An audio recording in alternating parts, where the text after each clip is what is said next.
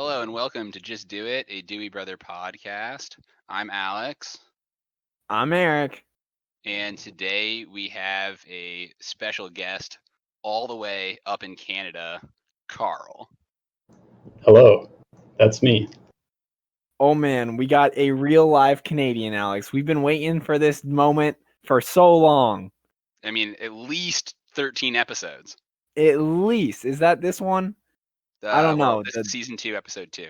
For those of you keeping score at home, I recommend reading the title. We'll correct it. We'll correct it when we upload it. Sounds about right. Yeah. So, what's going on with you? This morning I went for a nice bike ride. It is pretty hot up here, so that was super fun. I biked into town. On the way back, I stopped in at the country store, got some eggs, lemonade, canned tomatoes, the usual. That's good. I saw some. Well, I got the poor man's Cliff Bar. Is it the Ledge Bar? No, it's Ho-Hos. They're basically the same thing. Just as good. Oh, they were so good. It's like country store is like half a mile from my house. So I like hucked all the crap in my bike bags, and then like got home, and the first thing I did was dig into those Ho-Hos. Oh, so good to have sugar right back into the bloodstream. Some might say the best. It was pretty good. I highly recommend it if you're doing lots of biking. Eat Ho-Hos, not Cliff Bars. Sounds good. I know. Also, yeah, the heat is coming to me. Mean, it's really unfortunate that I couldn't be in Mom's office for the recording of this. Instead, I got my little makeshift cardboard box out on the street, and the heat is just burning me alive. I mean, you can aerate the box if you want, just like poke some holes in it. Oh yeah, but then the squirrels get in there, and it's all over. It's not just the heat; it's the humidity too. It's a real killer. Oh, you're right. It's true. I mean, hey, everyone knows that when someone dies, it's most likely a drowning due to humidity, not just, falling out of an airplane. So those are the only two ways to die. There's only two ways, and it's either the heat or the humidity, and more than half the time, it's the humidity. So, well, if it's not the humidity, it's humidity related. So watch out for the structural integrity of your cardboard bungalow, because I mean the humidity is going to make it kind of fold over or something on you. I know. I'm a little scared on that. Yeah, but put on a hard hat for recording purposes. Of course, I don't want anything happen to my beautiful podcast face. All right, Alex. Yeah, you ready to get it? Walk out the door and head down to the main topic? Sure, let's do that. All right. Keep going. In season 2, our main topics are just a singular main topic, no more lists. And Eric, you have to try and guess it in as few questions as possible, and I will do my best to answer any question you can think of about our main topic, the mystery topic. All right. I'm going to start off with the softball question, okay? All right. Easy. Is it a millennial? No, but millennials probably use it a lot. Well, I don't know if they use it any more than anybody else. Is like my level of disdain towards this as high as it is towards a millennial? I would say more so about half of the year, and then about the other half of the year 3 times as high. Ooh, okay. Okay, so it's a seasonal thing. What is this, which season is this thing's favorite? I mean, I think most people enjoy it in the summer, but that I want to know it. Because not our summer. Oh, we're talking about the South, huh? So we're talking about the Southern Hemisphere. Oh man, that's terrifying. Okay, so if you were to put this thing on the koala, panda, black bear, polar, and grizzly bear spectrum, where would it lie? Spectrum? Much larger than a grizzly bear. I think you could fit. Oh man. 20, 30, 500 grizzly bears maybe. Oh jeez. All right. It's pretty big, popular in the summer and whatnot. So if it could take any one person on a dinner date, who would it be? Actually, I do know. Hold on, let me check the article. It would 100% take Fernando Gaviria, the federal deputy for the state of well, that will give it away. He was returned political exile in France and was photographed at Posto 9 In a thong. Oh my goodness, is this? He's a member of the leftist urban guerrilla group MR8. Ooh. Yeah. Oh, MR. So it's a like South American country, is it not? This is in a South American country. Yeah. Okay, it's a very in famous place in a South American country. So how does it feel about the superhero we came up with and coined last episode, Flaxman? Flaxman. Yeah, what's its opinion on Flaxman? What's its opinion on Flaxman? I think that you may see during Carnival a Flaxman float at this place because they are so famous that they don't have just the standard Carnival floats. They have their own separate one. All right, is this some special gang in Brazil? No, but it's just down the road from the Call of Duty map.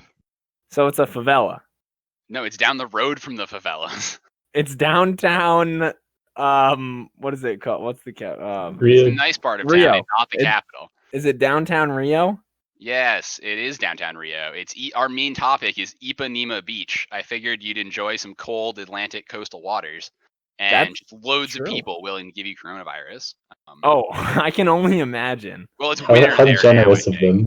because I'm pretty sure it's in the southern hemisphere, and like it's not super popular then, but in February. That makes you wonder how cold it gets there in their winter. I mean, I know. Give me a second. I think it's like 60s. Oh, that's not bad. I mean, the water's definitely freezing, but I mean, it's like where the hot water like leaves us and heads off to Europe, so it's not that bad. I think it gets a warm water current down there. Oh, that's kind of cool. Yeah. Very interesting. So, what would you say about this this place?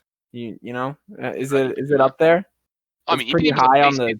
It's a beautiful beach. It's outside of like the main harbor. The reason it's called Ipanema is Ipanema comes from the native language, which I don't remember the name of, and it's basically can be translated to bad water because it's right next to this lagoon that is pretty nasty. As a matter of fact, the lagoon is so bad that during the Olympics they weren't allowed to swim in it. Oh boy! Because it's like really shallow and fresh water, I think. So it gets. It just sort of bakes in the sun and bacteria grow. Yeah, it's not great. That's fun. It's like where people were complaining that the sailing events were being held in it.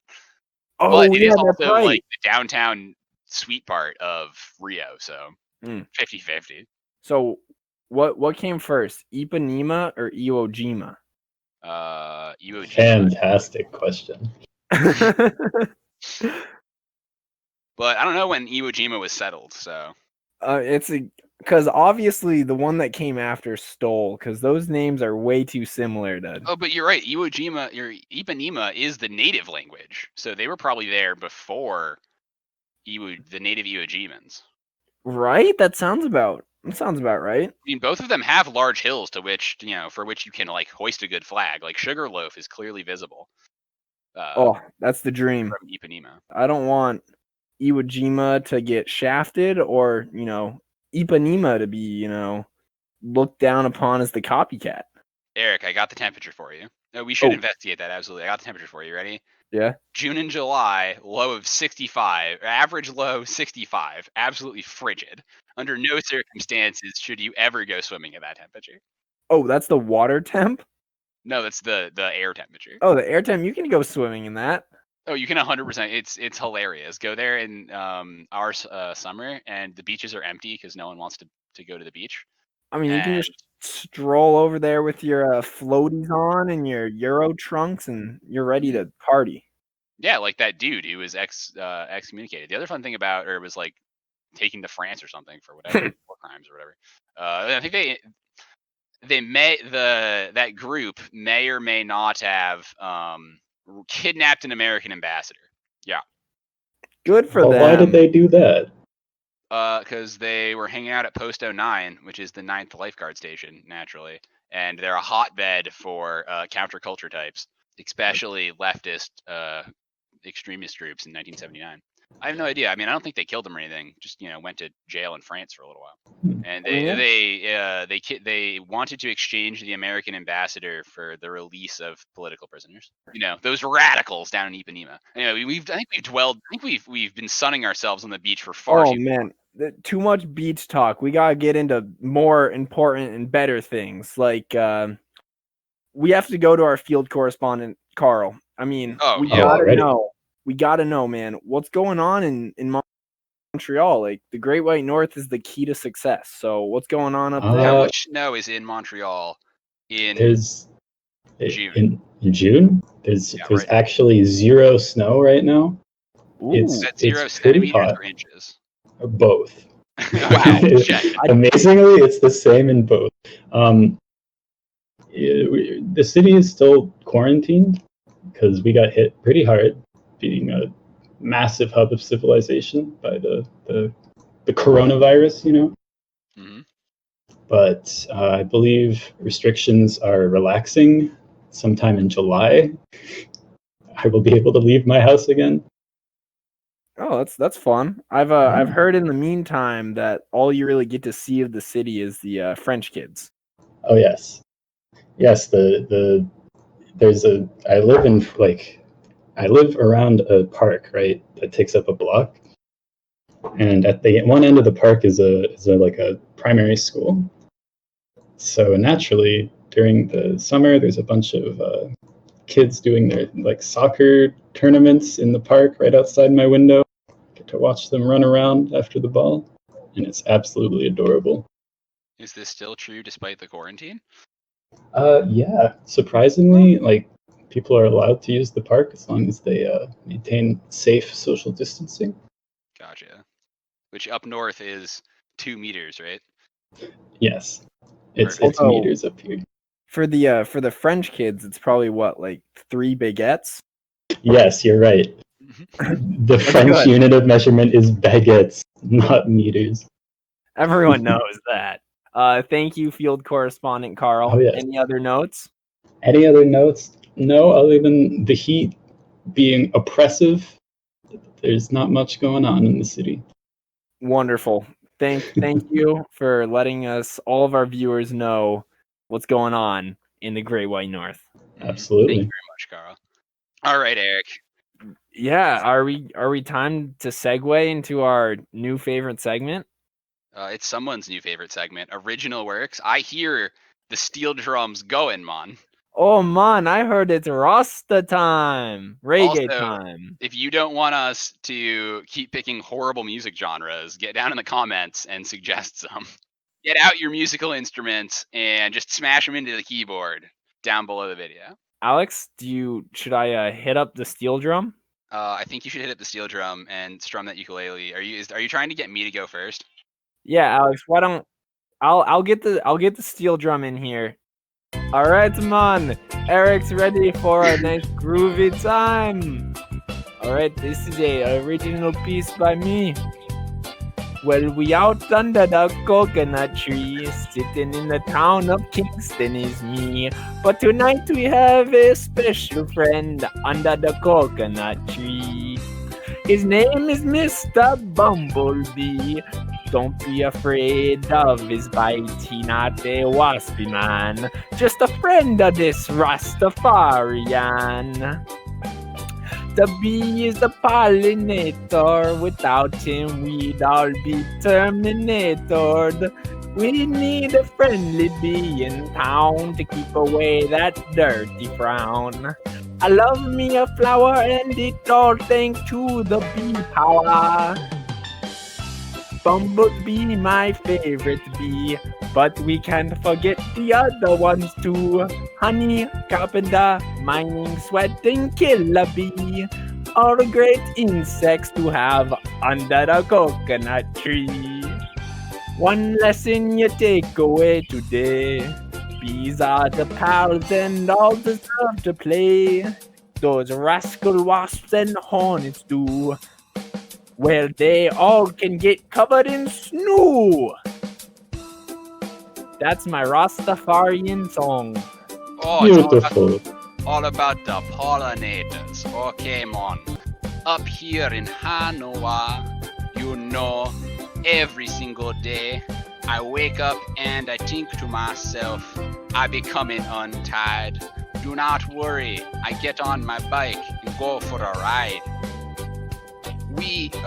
You never know where I'm gonna hide when I'm in the forest on my bike going for a ride.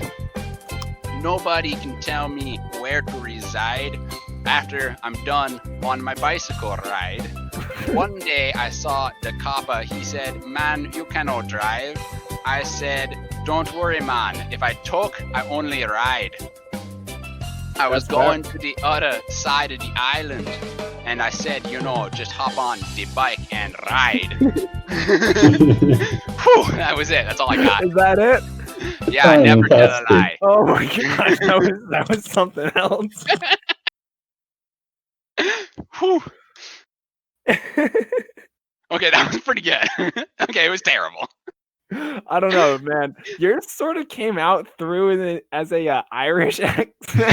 Yeah, the problem is all of my accents are Indian or Pakistani. But he's a real good Rasta. I liked it. So remember, we always have to have a nice theme, and mine was save the bees, and Alex's was don't drink and drive, right? Oh yeah, absolutely. Don't drink and drive. Only ride bicycles, and don't drive impaired. In this case, my man Rasta Alex was smoking a big fat doobie. Of course. Exactly. Never drive under the influence. All right, so the MACC is gonna look at this and be like, "Good on those boys." Absolutely, yeah. No, I think we checked all the MACC boxes here. And since we have checked all the MACC boxes, we can actually just yoink the handbrake in this conversation and power slide into questions from the internet. Let's go. My favorite topic, although I really enjoyed my song tonight. So, dude, saving the bees is beautiful. So, do you have a question at all? Do I have a question? Yeah, I can find one. Okay, so Mrs. Blue on Twitter at Mrs. Blue 46. Who knows why? Maybe they were 46 like 5 years ago when they made their account. And they're blue. Maybe there's 45 other Mrs. Blues. That sounds more likely. Anyway, this proud dog mama asks Twitter, "What's everybody drinking on this lovely," checks notes, "Wednesday evening?" I'm drinking some water because of this eternal heat storm that is killing my sweet supple body. Yo, me too, but I'm not drinking water because of this heat storm. I'm drinking water because I heard another sneaky lesson in here. The MACC is going to love this one. That if you don't hydrate, you're going to dehydrate. This is true. Also, if she said that she's a proud dog mama, I hope she's not, feeding her dogs milk. What's wrong with feeding dogs milk? I don't know. In fact, I want to be drinking milk right now. You know what? I mean, I know why I wouldn't feed my dog milk. Is it because it would become too big and strong? His bones would be too thick. You're right. His bones would be too strong, and he would be the real head of household. Mm-hmm. Well, I mean, if something, like were to fall on him or something, it would break instead of him, which I guess is probably a good thing. But I was gonna wait. So you want your dog to break? In this hypothetical situation where an object falls on your dog, yeah, you would prefer your dog break. Probably not, no. And that maybe, okay, I think what we've decided here collectively is that dogs need to drink more milk. I don't think you should feed your dog milk. Well, it's an animal product. You can't feed an animal product. It can't consent to that. Why not? It's like forced cannibalism. Dogs drink dog milk from their mamas. Right. I'm not saying you can't feed a dog milk. But where am I going to get dog milk? Dogs also, and I know this is going to blow your mind, catch and eat other animals if you train them to. Yeah, but that's illegal. All right, no. It's medium illegal. I think the real reason why you actually shouldn't feed your dog milk is because, chocolate is bad for dogs, and the best type of milk is chalky milk. Oh, so basically the dog, you can't feed a dog milk because you can't just deny them the pleasure that is chalky milk. All those Obviously. post-workout gains. What about strawberry milk, though? It's pretty good. Middle school favorite. Yeah. That was always the raging debate back in middle school, right? Was chalky milk or strawberry milk? I was a big chalky milk. I mean, strawberry milk is clearly the superior milk. Ooh! I'm going to stay out of this. We got a hot take. Okay, it's 1-1. We can settle it at a tie. Let's just... Well, we can settle it in the comments. That's where we're going to settle. Oh, the tie's got... Yeah, come on. Yeah. Chalky milk or strawberry milk? Eric, you ready? Next week, the winner is drinking whichever milk we decide is more delicious. Oh, I like it. Okay. Shouldn't the loser drink the milk that's more delicious to learn from their mistakes? No, nonsense.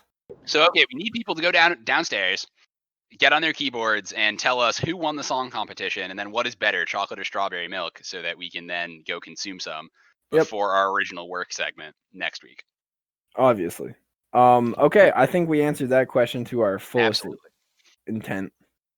What do you got, Eric? Did you find any? Did you dig deep into the well of knowledge that is the internet and pull out some big fat questions? Believe it or not, this little question was handed to me, and I had to nurture it back to health by baby birding it. So Dad just abandoned his question onto me.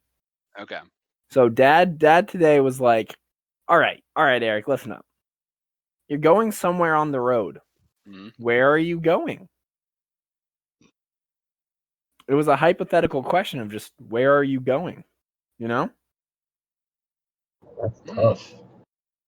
And I think my immediate response was, I'm not sure where I was going. Actually, I know where I was going. That's right. I was headed to the coconut tree.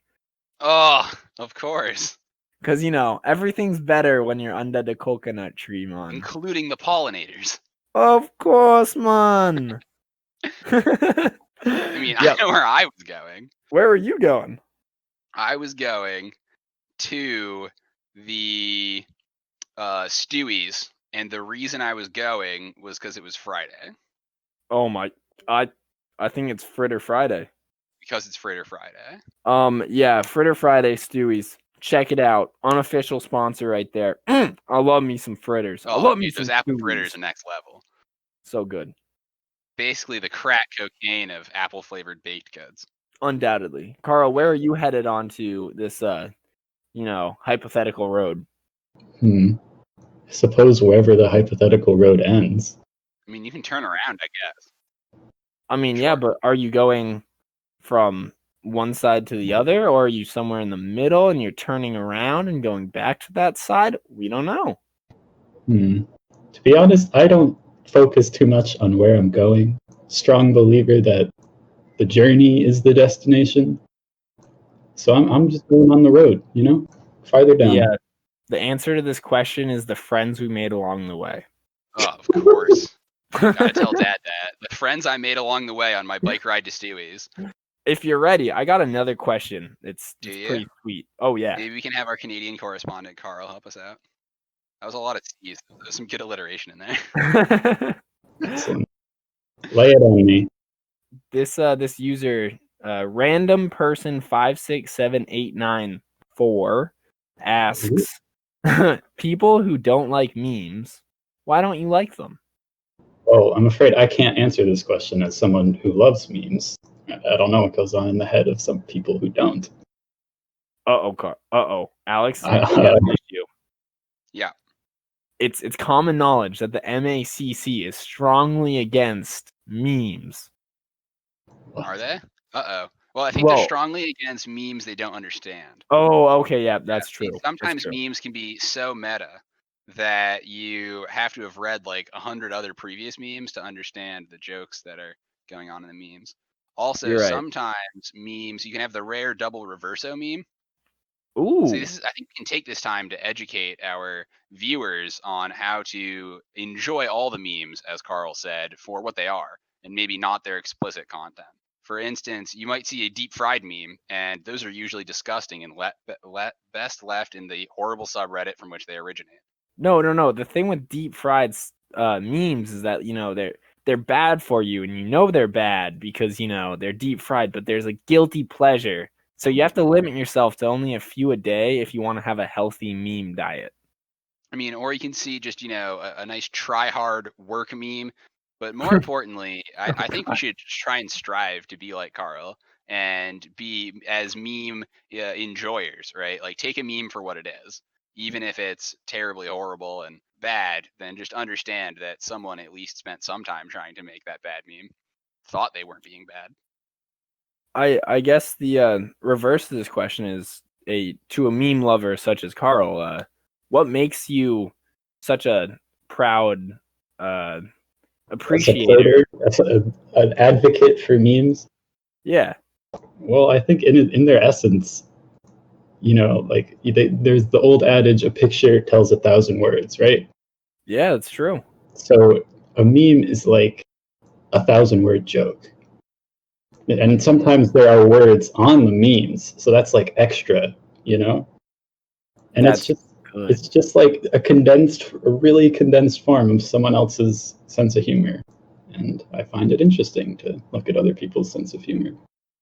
All right, that sounds about right. So if you don't like memes, it's because you're an anti-knowledge person that doesn't want to understand how other people view the world.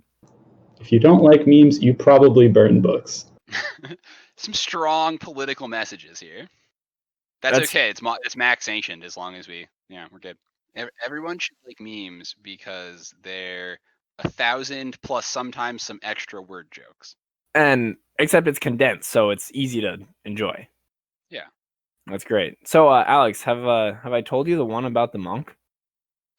Which monk? Oh no.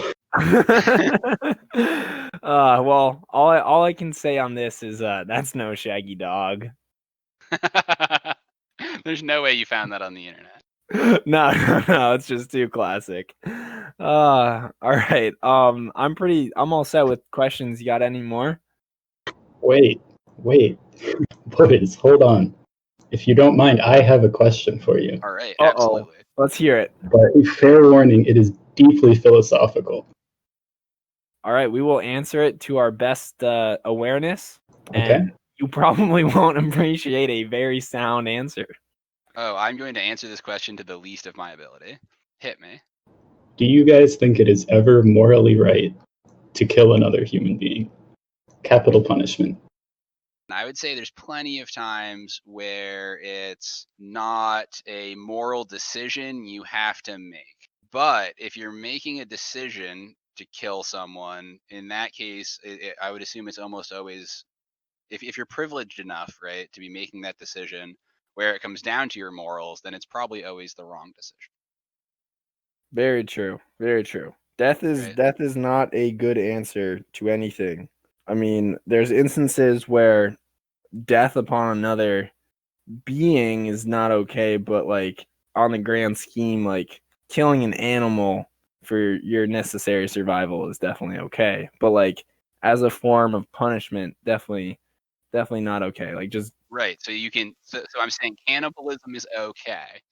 Yeah. But cannibalism for fun, less okay. Not okay. Yeah. Yeah. That's I think that's how I stand on it, you know. You have to have cake and eat it too. Yes, you do. People eat the cake cake. In this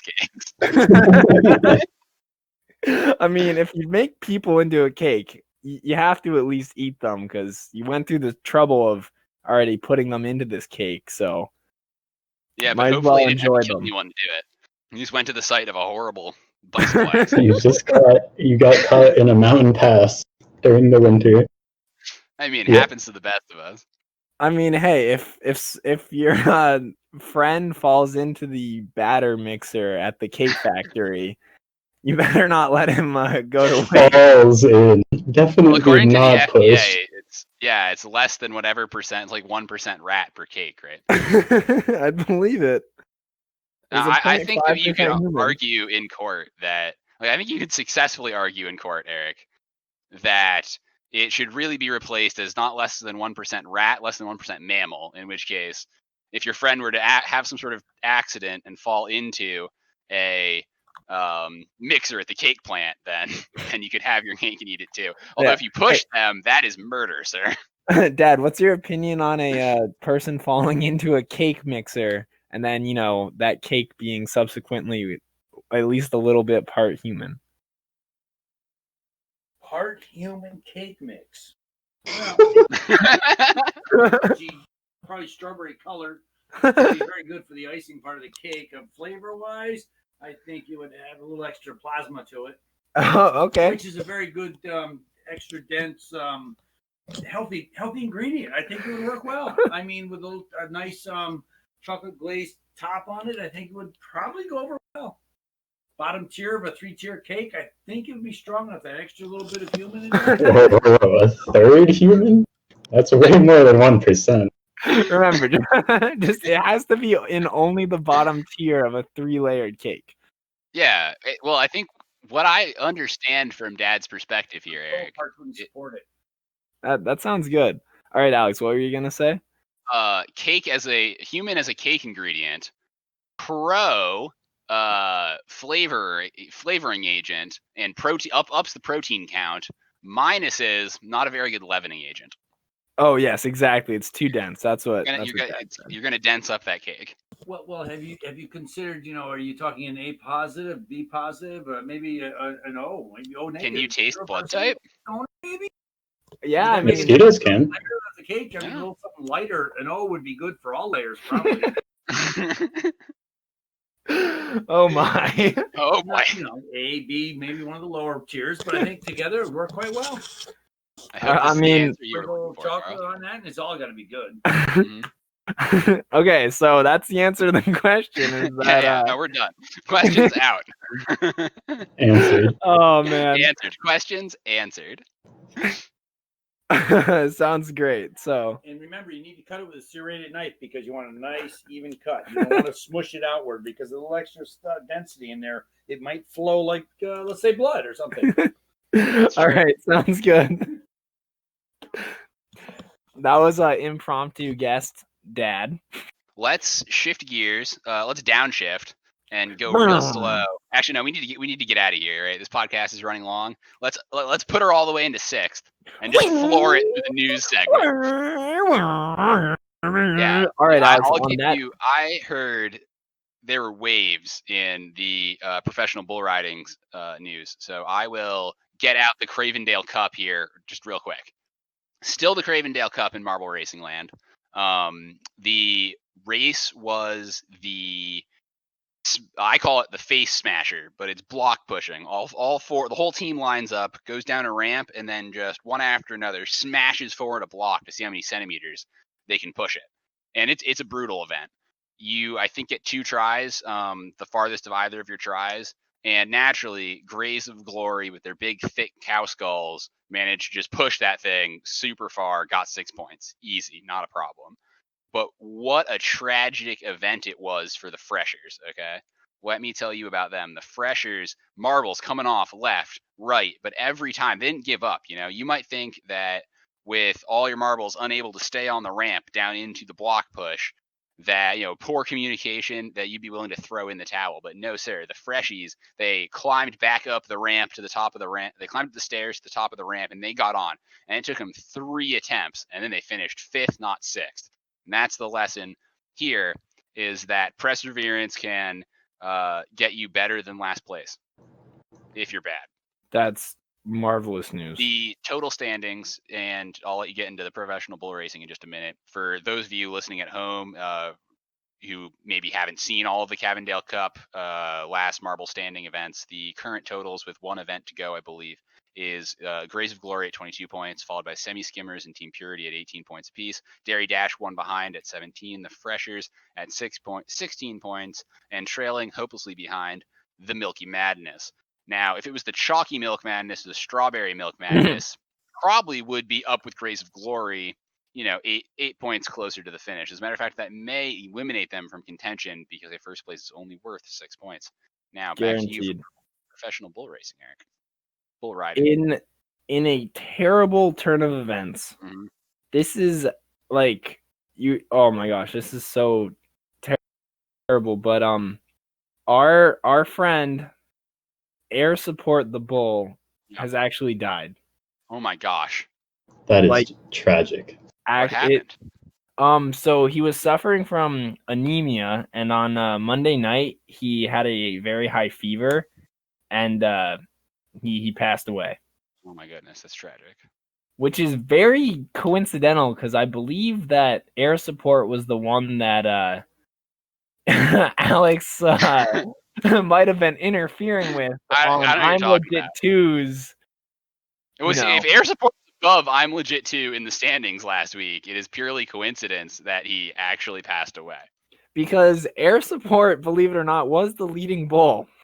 I mean, it was probably because he was juicing, okay? It wasn't me. And his heart gave out because it was just pumping so hard all the time. And the anger medication that he may have been taking to just make him even ragier, probably his heart exploded. I'm a little worried. I'm a little worried that the authorities might come out down after it's a killer Crackdown?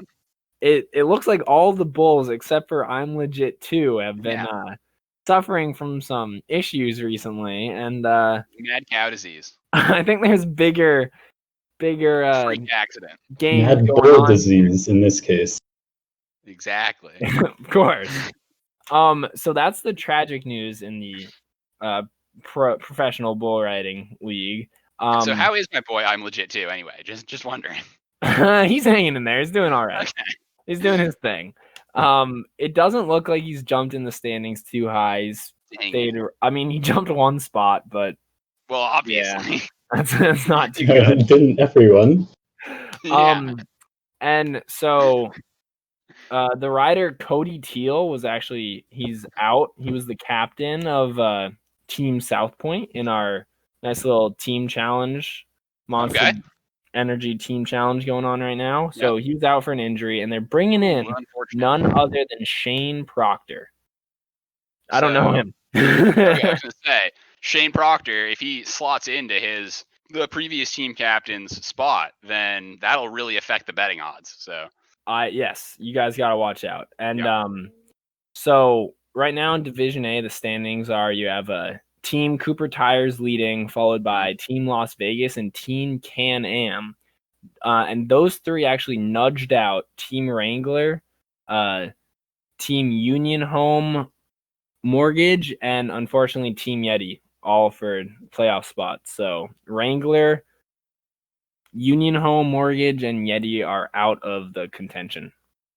So Eric, I think I got bad news, and I understand what's going on here. What? Team Cooper Tires, okay? They're good. They're good. Uh-oh. Yeah, but they're also trying to sell tires, not bulls. Bulls, I don't know if you know this, don't have tires. You're right. They ran over Air Support. And it's a cover-up? It's a cover-up. They had too many loose tires in the yard, and now all the rest of the bulls get to eat beef. Oh, no. Jeez. Because of that tragic accident, let me tell you. Not intentional. The only hole in your story is, that one fishy guy I've seen around the stables that's been a fan of I'm Legit 2. I mean, I don't know if he's in on the Cooper Tire team, but Alejandro El Witt, may have been stacking Cooper Tires a little too high, but that happened to anybody. Definitely not playing dirty like those Cooper Tires. Okay, whatever. Sounds good. That's all I got in professional bull riding league. So. All right, cool. Is it time to thank our sponsors and get out of here, right off into the sunset? I think we need to hop on out of here. Let's thank our special Canadian correspondent, Carl. Oh, well, thanks for having me, guys. Oh, yeah, the Triple C is dangerous. Yeah, we appreciate it. It was a pleasure. Make sure you give us a listen and spread the podcast in all of your post-game league lobbies. Oh, absolutely. That's what I do. I want to thank bumblebees, not the best pollinator, but still worth protecting. Save the bees. I would like to thank Cake. Nothing fishy going on here. Enjoy a nice fresh cake today. Well, nothing meaty. I would like to think just a couple more than 1,000 words, but like condensed in an easy joke form. May's for life. Absolutely. Would also like to think bicycles. Just get on your bike and ride, and you can't be caught for a DWI. Well, I mean, you All right. can, but like, You bike. can. I'd like to thank none other than the coconut tree. That's it. Love me some coconut tree. As always, it's the heat of summer, so we have to thank our premier sponsor for this season of Just Do It, Homegrown Hops. Every week in between podcasts, these bad boys will grow 5-6 inches, some number of centimeters. They're amazing. Homegrown hops. A fraction of a baguette, if you will. Mm-hmm. And homegrown hops sticking through us through thick and thin, just like how they grow through thick and thin. So that's a wrap for Just Do It, season 2, episode 2. Gotta again thank our crazy Canadian correspondent Carl up in the Great White North. He gets another C every time we introduce him. Oh Every no. time. My name just keeps getting longer. And since the snow is all gone, but the water's now warm, get out there, do some laps back and forth across the pool or the pond, stay nice and chilly, and make sure you're mowing those Little League fields. It's the perfect time to work on them. There's no kids. They have to stay 6 feet apart due to coronavirus. You can get all the edge work you want done. I'm Alex. I'm Eric. And for the love of God, man. Just send it. Ah, phew, we're in the just post crafter credits thing. Oh, we're clear. Made it. We're clear. We made it? Oh, We're thank out. goodness. That's it. Oh, this is where we get all the good sound bites from. This is where we source them. The sound bites? Yeah, the we sound farm them. Should I just Farm like 'em. chew into my mic? Oh, next time Carl's on, we can do one of those, what's it called, podcasts? The ones where you just like chew your microphone. ASMR. Yeah. Crinkle paper or something. Hell yeah. Or heck yeah. Sorry.